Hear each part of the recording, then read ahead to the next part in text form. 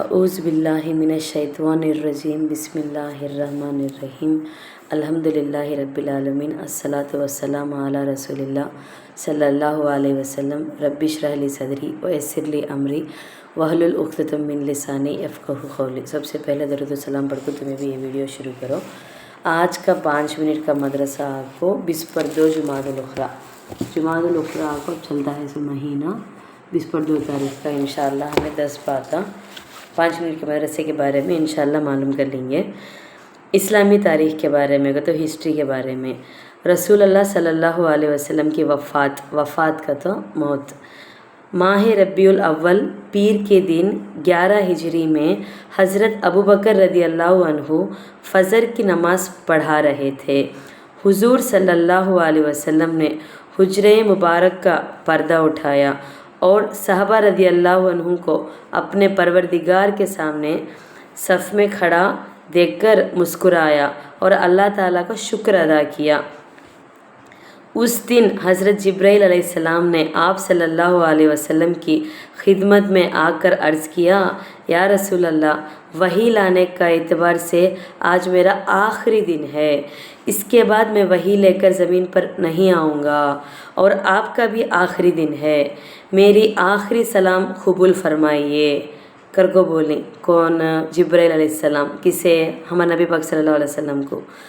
چنانچہ آپ صلی اللہ علیہ وسلم نے آخری وقت میں فرمایا، یہود اور نصارہ، یہود کا تو یہودیاں ہمیں معلوم، نصارہ کا تو عیسائیاں، یہود اور عیسائیوں پر، نصارہ پر لعنت ہو کے انہوں نے اپنے انبیاء کے قبروں کو سجدہ گاہ بنا لیا تھا۔ تم میری قبر کو ہرگز سجدہ گاہ نہ بنانا۔ لوگوں کو نماز پڑھنے اور ماتحتوں کے ساتھ حسن سلوک کی تاکید کی۔ نماز پڑھنے کا بھی اور ماتحتوں کو تو نیچے کام کرتے اس والے کے ساتھ اچھے سے سلوک